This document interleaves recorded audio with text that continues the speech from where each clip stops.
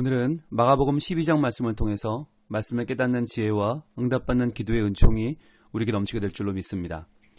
마가복음 12장은 예수님의 권위에 대한 논쟁 가운데 나온 비유 이야기입니다. 흔히들 포도원 농부 비유라고 하는데요. 예수님께서 예루살렘에 입성하시자 그곳에 있던 바리새인과 대제사장들, 서기관들, 율법학자들은 그야말로 난리가 났습니다. 자기들이 가장 경계하던 예수님이 멀리 갈릴리에 계실 때는 그래도 괜찮았는데 그래도 경계에서 거기까지 가서 방해하고 했는데 그 예수님이 지금 쳐들어오신 거예요.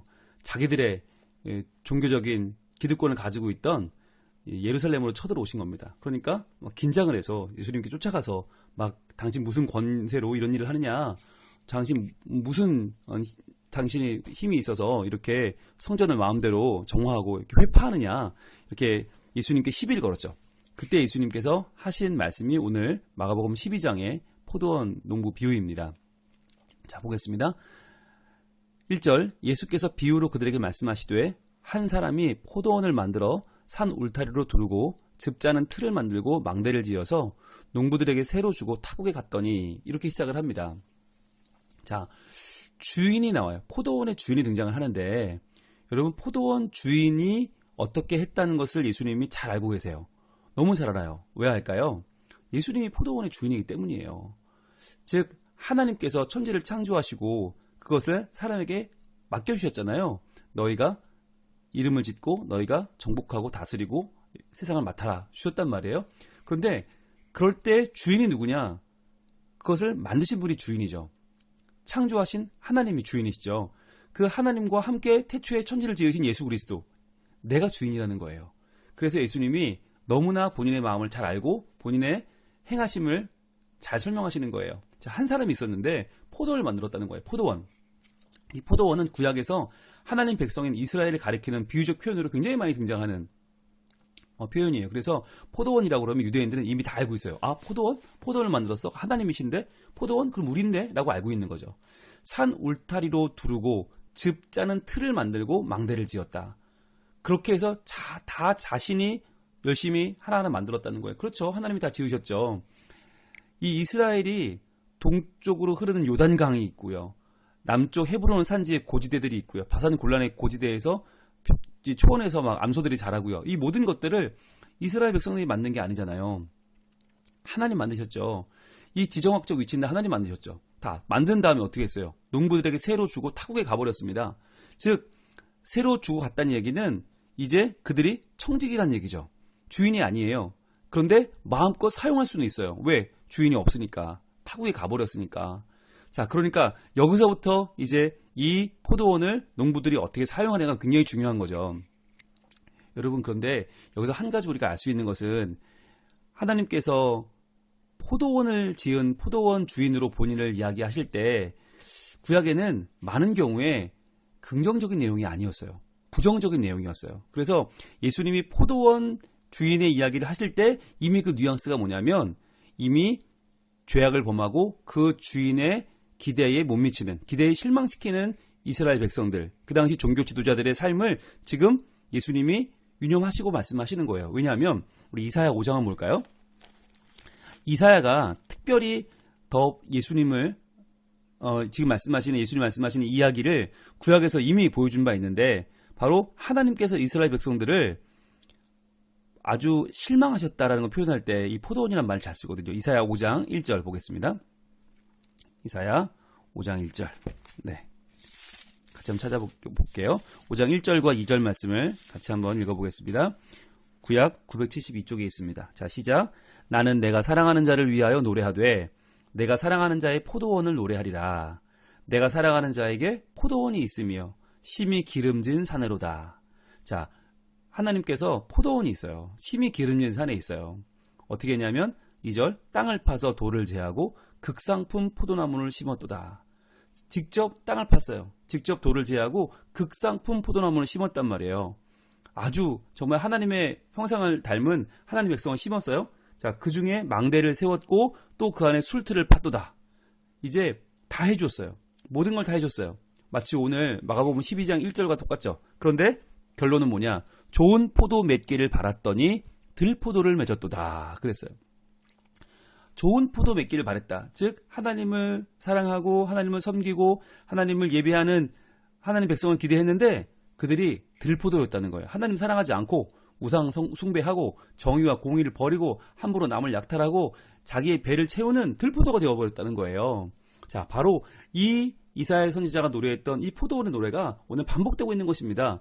바로 마가복음 12장은 예수님께서 하나님의 마음으로 지금 이스라엘을 바라보면서 마음 아파하시는 그 마음을 담아서 말씀하는 거죠. 그러니까 예수님 누구라는 거예요? 하나님이라는 거죠. 포도원의 주이신 포도원의 주인인 하나님이 바로 나다. 내가 지금 너에게 왔다라고 지금 말씀하시는 거죠.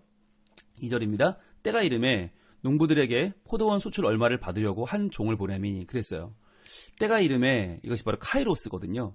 시간에는 카이로스와 크로노스가 있죠. 크로노스는 자연적으로 흐르던 시간을 말하지만 그냥 오늘 몇 월 며칠 뭐 이런 거요. 그런데 카이로스라는 얘기는 그 결정적인 그때가 되었다라고 하는 거예요. 즉 하나님께서 이스라엘 백성들에게 하나님의 종을 보내시는 때 주인이 포도원 농부들에게 종을 보내는 때가 있는데 왜 보냈느냐? 바로 포도원 소출을 얼마를 받으려고 보냈다는 거예요. 자, 여러분 이 포도원 주인이 세를 준 거잖아요. 맡겨두었어요. 잘 한번 경작하라고. 그리고 나서 소출 얼마를 받으려고 보냈어요. 이게 무슨 의미일까요? 과연 너희들이 포도원 농사진 건 다 내놔. 다 내 거야. 그런 뜻으로 보냈을까요? 너희들 수고하는 건 소용없어. 어차피 내 거니까 다 내놔. 이런 마음이 아니죠. 여기 나오는 소출, 카르포스라고 하는 단어는요. 카르포스는 원래 의미는 열매나 실과를 말하는 것이었는데 이게 어떤 뜻으로 이 당시 쓰였냐면 어떤 것으로부터 생기거나 나오는 것, 결과물을 의미했어요. 성경에서는 이 카르포스가 어떻게 주로 쓰였냐면 하나님 나라의 백성들에게 마땅히 요구되는 행위들을 나타낼 때 쓰였습니다. 즉 하나님 나라 백성들이 마땅히 요구되는 행위가 뭐예요? 바로 하나님을 높이는 거죠. 하나님의 영광을 위하여 살아가는 거죠. 즉 주인이 종을 보낸 이유는 뭐냐면 이 소출 얼마를 받으려고 보냈다는 얘기의 원래 의미는 이 주인의 주권을 인정받기 위해서였다는 거죠. 우리가 비록 이 포도원을 지금 사용하고 있지만 그러나 이 포도원의 주인은 따로 있다는 것을 주권을 인정해 드리는 거. 이게 소출이에요. 즉 경제적으로 얼마를 내놔라. 그 몇 프로를 내놔라가 아니라 그분이 우리 주인이십니다라고 하는 것을 인정하는 거죠.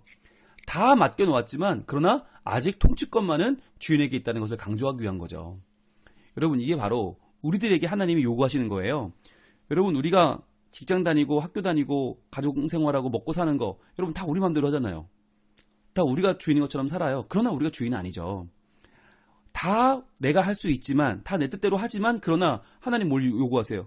하나님이 주인이시다. 이거 하나 요구하시는 거예요. 그게 뭐예요? 그게 예배예요. 예배를 통해서 우리는 내가 이 땅을 살아가지만 그러나 이 땅에 내가 살아가는 의미와 목적은 하나님께 있습니다.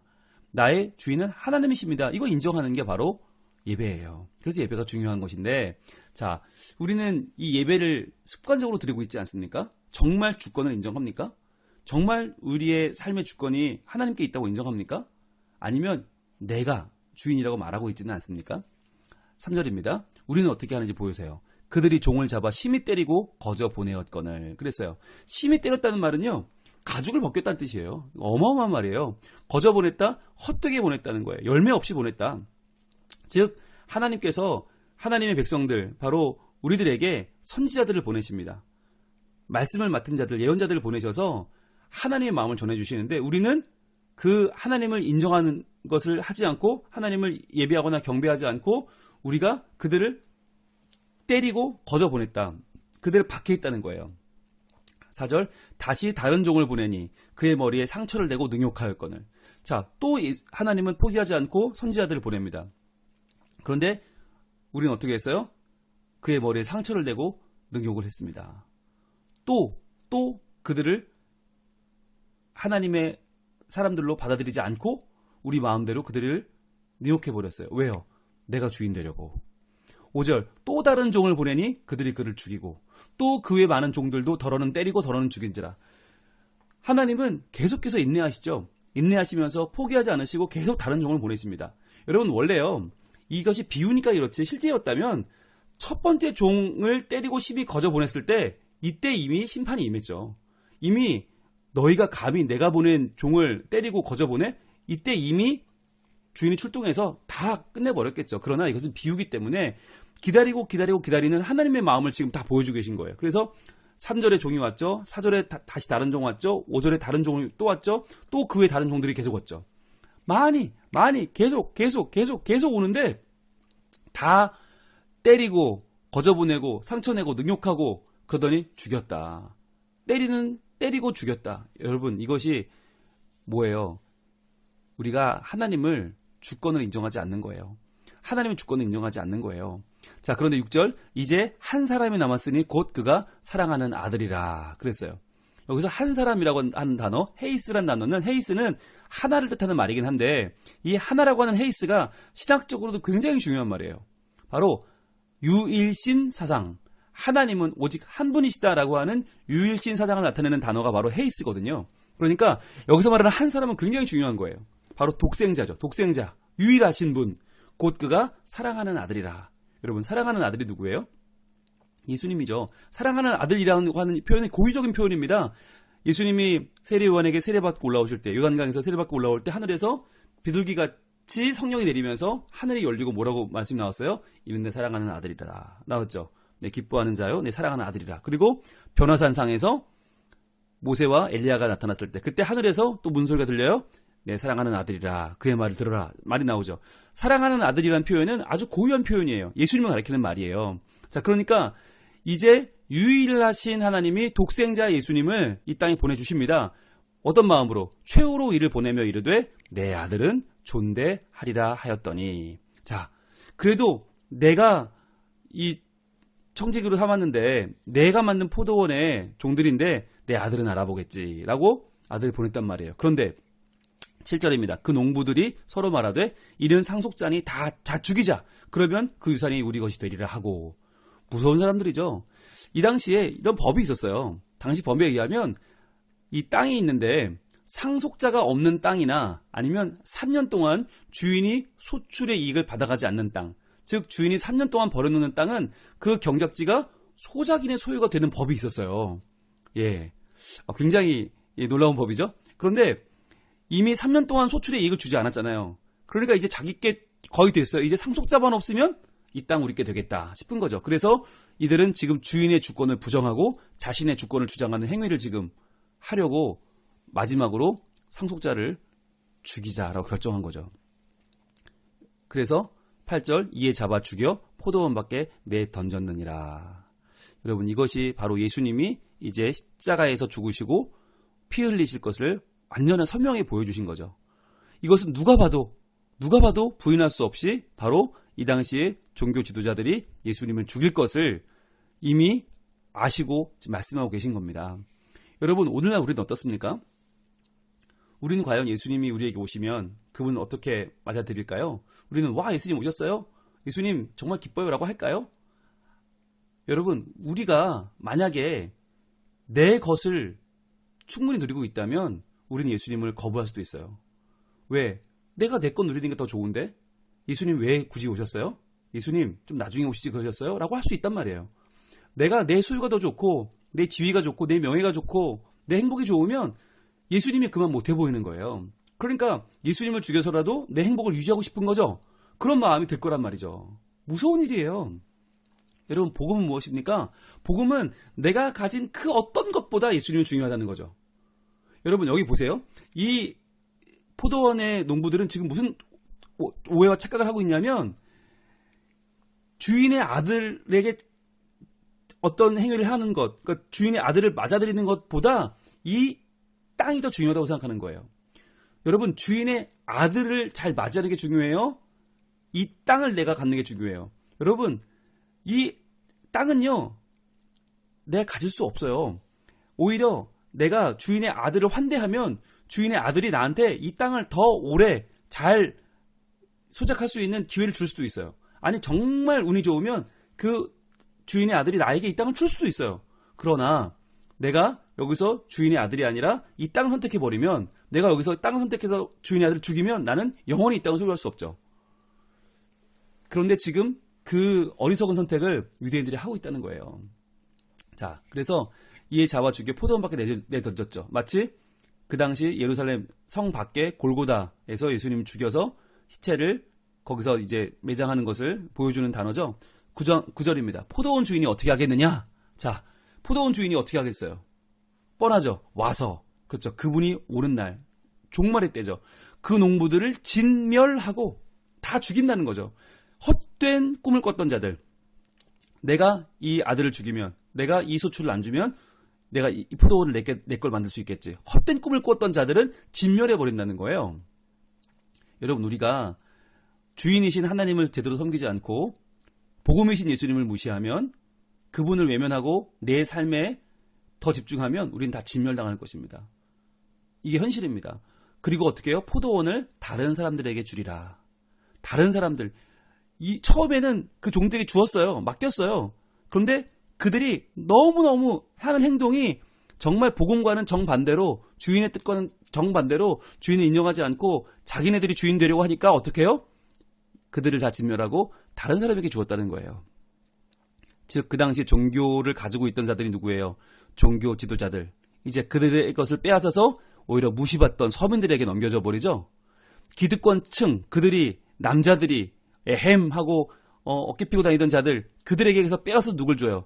세리와 창녀를 줘버리고, 죄인들을 줘버리고, 그리고 유대인들, 그때 우리가 하나님 자녀야 해도 유대인들에게 빼앗아서 누굴 줘요? 이방인들을 줘버린다는 거예요. 천국이 자기 것이라고 주장하는 그런 자들이 아니라 그 당시에 무시받던 여인들, 과부들, 어린아이들, 힘없는 자들에게 천국을 주실 것이다 라고 말하는 것입니다. 여러분, 이것이 오늘 우리가 받아야 될 말씀의 내용이에요. 충격적입니다. 우리의 마음을 다 드러내 보여주고 계십니다. 내가 하나님 나라 주인공이 되고 싶은, 내가 하나님 나라를 소유하고 싶은, 내가 천국의 주인공이 되고, 내가 하나님 없이 내가 하나님 되려고 하는 인간의 죄성을 낱낱이 드러내 보여주고 있습니다. 그러면서 무엇을 말해줍니까? 우리가 소유하고 싶은 그 어떤 것이 아니라 정말 우리가 붙잡아야 될 것은 바로 하나님이 보내주시는 한 사람, 바로 사랑하는 아들 예수 그리스도라는 것이죠. 그분을 붙잡는 것이 복음입니다. 다른 어떤 것도 아니라, 다른 어떤 유익도 아니라, 다른 어떠한 것에 마음이 팔리지 않고 우리가 예수 그리스도를 바라보고 예수 그리스도에게 우리 마음을 내어드리는 일, 그분을 섬기는 일이 바로 우리가 이 땅에서 하나님의 뜻대로 쓰임받는 일입니다. 만약에 우리가 예수를 믿는다고 하지만, 그러나 나만의 욕심을 위해서 자기 중심성을 버리지 못하고 이기적으로 행동하고 그렇게 생활하고, 남들이야 병에 걸리든 남들이야 죽든 말든 관계없이 나만 예배 잘 드리고 나만 신앙생활 잘하면 된다, 그 당시 종교 지도자들처럼 살아간다면 결국은 우리는 하나님을 우리 주인으로 섬기지 않는 것이고, 상속자를 우리가 무시하는 것이고, 내가 주인 되려고 하는 것이기 때문에 결국 우리는 진멸당하고 포도원은 다른 사람들에게 주는 그런 불행을 겪게 될 수도 있다는 것입니다. 다시 한번 우리가 오늘 말씀을 읽고 묵상하고 정신을 차리고 우리가 복음이신 예수님을 다시 한번 꼭 붙잡을 수 있기를 원합니다. 오직 그분 안에 생명이 있고, 오직 그분 안에 하나님을 주인으로 섬기는 진정한 예배, 진정한 신앙의 삶이 있는 줄로 믿습니다. 기도하겠습니다. 하나님, 오늘 말씀 읽으면서 저희는 두렵습니다.